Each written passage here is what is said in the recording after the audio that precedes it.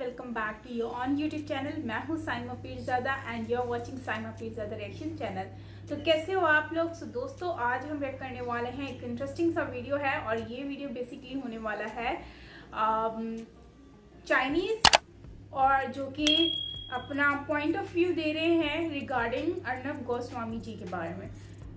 जो कि अर्नब गोस्वामी एक इंडियन मतलब उनका शायद एक चैनल भी है, जो कि वो चैनल भी रन करते हैं। इसके साथ साथ उनका जो है वो खुद भी न्यूज़ एंकरिंग वगैरह करते हैं, डिबेट वगैरह करते हैं, तो काफ़ी फेमस भी हैं। जो उन्हीं से ही रिलेटेड आज का वीडियो होने वाला है। देखते हैं कि क्या कहते हैं अर्नब गोस्वामी जी के बारे में। चाइनीज़ जो कि ऑलरेडी वो तो खुद इंडिया के अक्सर पिन कर रहे होते हैं इंडिया को, तो भाई आज वो इंडिया की तारीफ़ क्यों कर रहे हैं, अर्नब गोस्वामी की तारीफ़ क्यों कर रहे हैं। तो ये बहुत ही इंटरेस्टिंग वीडियो है। तो करते हैं वीडियो को स्टार्ट और देखते हैं इस वीडियो को और रिएक्ट करते हैं। Let's start. Hello guys, what's up. तो स्वागत है आपका एक नई वीडियो में। और आज का जो वीडियो है काफ़ी डिसेंट वीडियो है।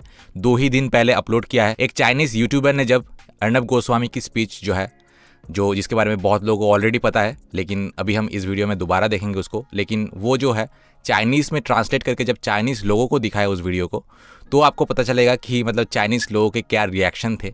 और आपको डाउट होगा कि सच में चाइनीज़ ही ये कमेंट कर रहे हैं इंडिया के बारे में। लेकिन आपको बता दूं कि 100% ऑथेंटिक है और चाइनीज़ ही ऐसे कमेंट्स कर रहे हैं इंडिया के बारे में। तो ये वीडियो हम देखेंगे और चाइनीज़ यूट्यूबर का क्या रिव्यू था वो भी हम देखेंगे। तो चलिए सबसे पहले वीडियो देख लेते हैं और उसके बाद काफ़ी सारे कमेंट्स जो है मैं आपको पढ़ के सुनाऊंगा और बहुत इंटरेस्टिंग है। कमेंट सेक्शन में और भी ज़्यादा मज़ा आएगा। तो चलिए वीडियो शुरू करते हैं। 大家好，欢迎收看这期节目，咱们直入主题，先看一个短片。 You lecture me as an American to an Indian on values. And Professor You say that Kapchan, this is about the West being weak. I don't Professor think so. Kapchan, allow me. What you're seeing is the West organize solidarity against No, Russia. no, no, no, Two-thirds West- of the nations no, are no, no, coming no, no, together Professor- against Russia. Professor We're Kapchan. seeing serious sanctions Professor- against Russia. Yeah. Most of the world Now- is coming together now, against Professor- Russia. India should get off the fence. Okay, now I'll tell you something, Professor Kapchan. And I hope that you will allow me a decent response, and then Ambassador Pawan Verma will respond to you. I see John wants to respond to you. First, I'd like to. First of all, with the greatest of respect, Professor Charles Kapchan, you have no moral standing to talk. You are in no position, you as in America is in no position to pretend to be the guardian of democracy and human rights. You are the worst perpetrator of atrocities. You, in Barack Obama in 2011, intervened in a nascent Libyan civil war, you know, using the NATO and Arab League partners, prolonging the war for 1 decade. You launched armed conflict in at least 6 countries. Iraq, Syria, Yemen, Somalia, Niger. You carry out drone strikes. You've killed thousands with your drone strikes. You run Guantanamo Bay. But since I listened to you till you completed, you must listen to me. You must listen to me, sir. Sir, you must listen to me. You're dealing with India. We're a big country. We're not your satellite state. So don't lecture us on what we need to do. We're going to look out for yourself. You use the phrase geopolitical expediency in place of values. You lecture me as an American to an Indian on values, and you say that we are acting in geopolitical expediency. Allow me to complete. Allow me to complete, sir. Allow me to complete. Where were your values? Where were your values? Where were your values when in the first 2 months of the US invasion of Iraq, 7,186 Iraqi civilians were direct casualties of the war? Was that your expediency? Was that expression of your values? Hey mom, मेरा कहना है कि मैंने Indian brothers को कभी इतना पसंद नहीं किया जितना मैं आज करता हूँ। ऐसा कभी नहीं हुआ जैसे किसी अमेरिकी प्रोफेसर या स्कॉलर को नाराज़ करना, क्योंकि वह एक प्रोफेसर और स्कॉलर है तो वो बहुत रीज़नेबल है और पावरफुल है और उसके कई रिलेशंस भी है, राइट। मतलब पूरी वीडियो का एडिटिंग प्रोसेस तो देखो। क्या लोगों ने ये जाना कि यूएस में इस प्रोफेसर को अभी भी प्रोफेसर कहा जा सकता है?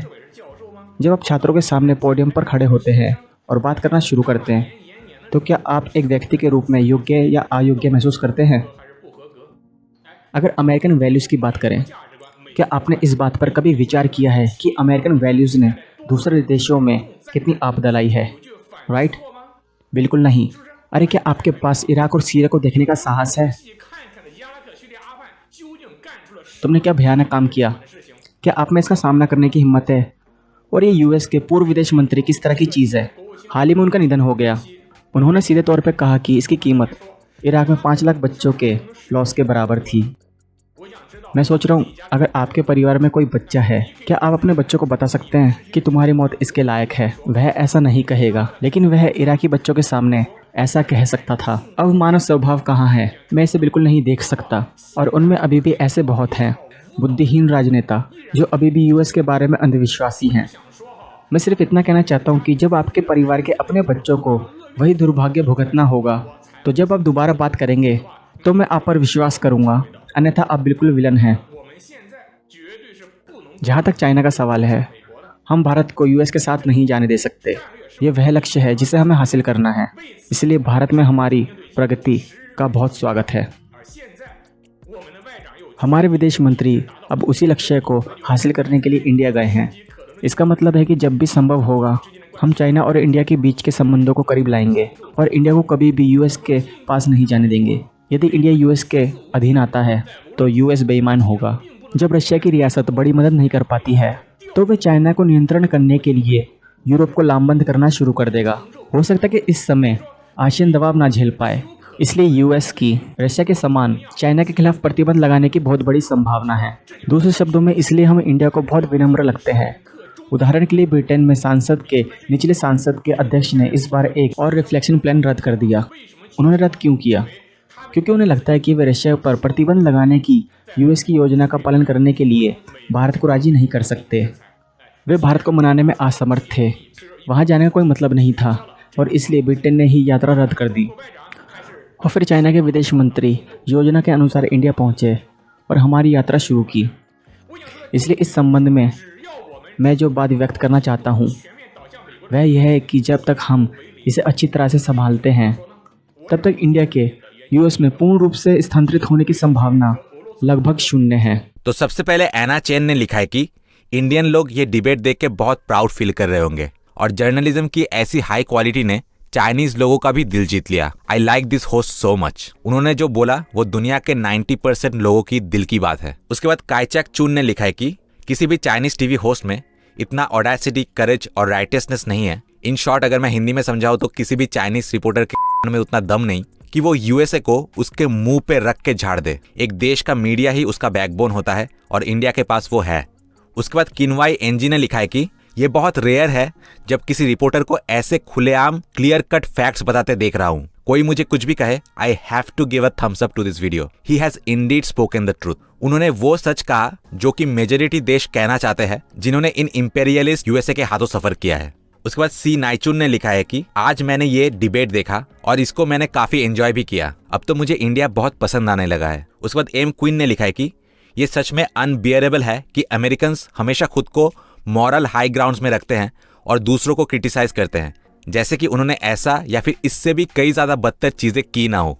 और हालांकि इस इंडियन होस्ट ने इतने सारे एविडेंसेस दिखाए, लेकिन फिर भी इन अमेरिकन स्कॉलर्स की बेशर्मी तो देखो, वो फिर भी रिफ्यूज किए जा रहे हैं। उसके बाद लीन वॉल्टर ने लिखा है कि India is full of confidence और चाइना को इससे सीखना चाहिए। होस्ट ने बिल्कुल वही कहा जो उसके दिल में था। थैंक्स कि इंडिया की जो पोजीशन है रशिया यूक्रेन कॉन्फ्लिक्ट को लेके, वो इंडिया ने खुद तय किया है और रशिया के साथ उनकी रिलेशनशिप काफी स्ट्रांग है। उसके बाद ऑड्रे ने लिखा है कि इंडिया ने तो हमारी आंखें ही खोल दी। एक तरफ जहां पूरी दुनिया यूनाइटेड स्टेट्स के सामने झुकी हुई है और उनके इशारों पे चल रहे हैं, दूसरी तरफ इंडियन होस्ट ने खुले आम सारे टिपिकल और क्लासिक यूएसए के क्राइम्स को उनके सामने गिनवा दिया और उनकी पोल खोल के रख दी। India has such amazing people. India सच में एक बड़ा और ताकतवर देश है। उसके बाद मेलिस ने लिखा है कि हम सारे चाइनीज दिल की गहराई से इस होस्ट को एक बड़ा सा लाइक देते हैं। उसके बाद आई एम ब्रदर जियान ने लिखा है कि देयर इज अ रीजन कि इंडियंस को बहादुर कहा जाता है।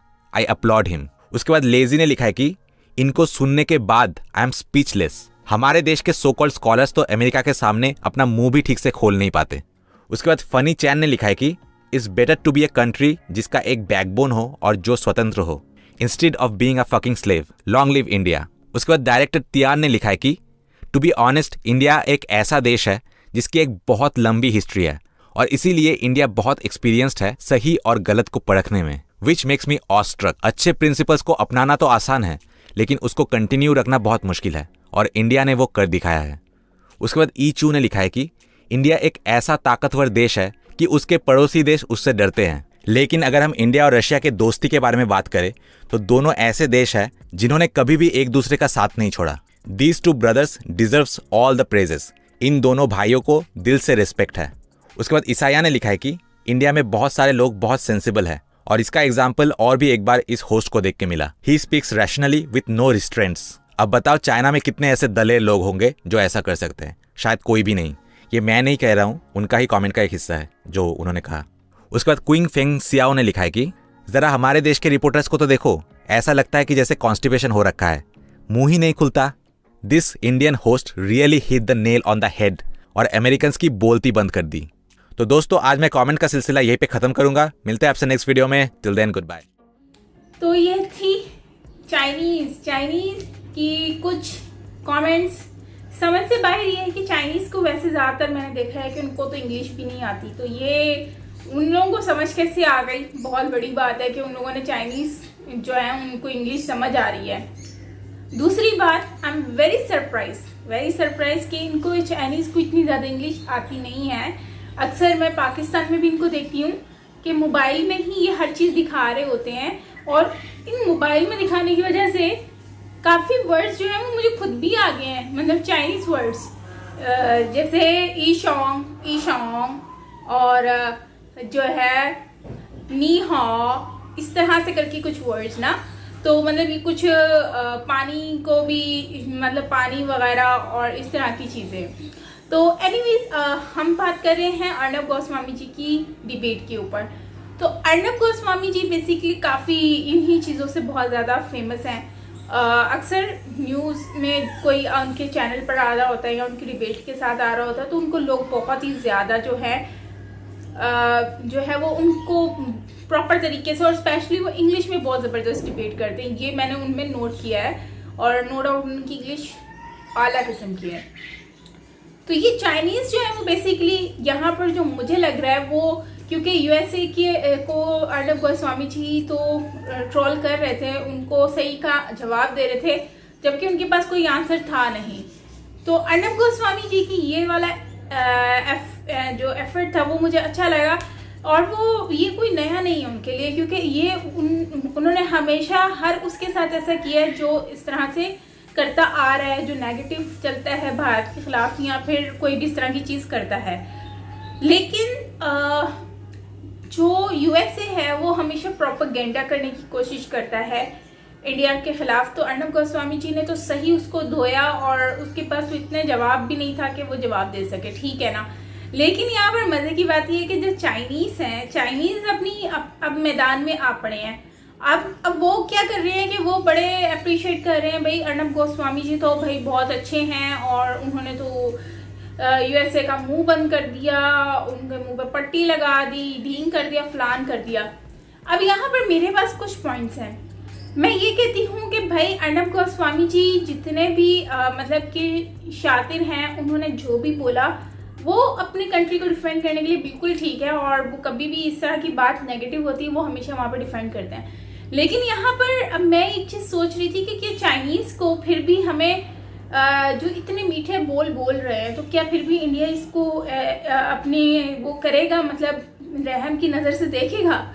मतलब चाइना के बारे में तो आप बहुत अच्छे से जानते हो कि चाइना क्या कर रहा है और वो कभी भी भरोसे के लायक है ही नहीं, क्योंकि चाइना को आप देखो, उसने हमेशा इंडिया को चीट करने की कोशिश की है और इंडिया की जो ज़मीन है उसके अंदर आने की कोशिश की है और हमेशा अपने ट्रूप्स के साथ आ जाता है और जो है वो कोशिश करता है। और लेकिन ये है कि इंडिया उसको उल्टे पांव ही भगा देता है, मतलब कि उसको रुकने नहीं देता।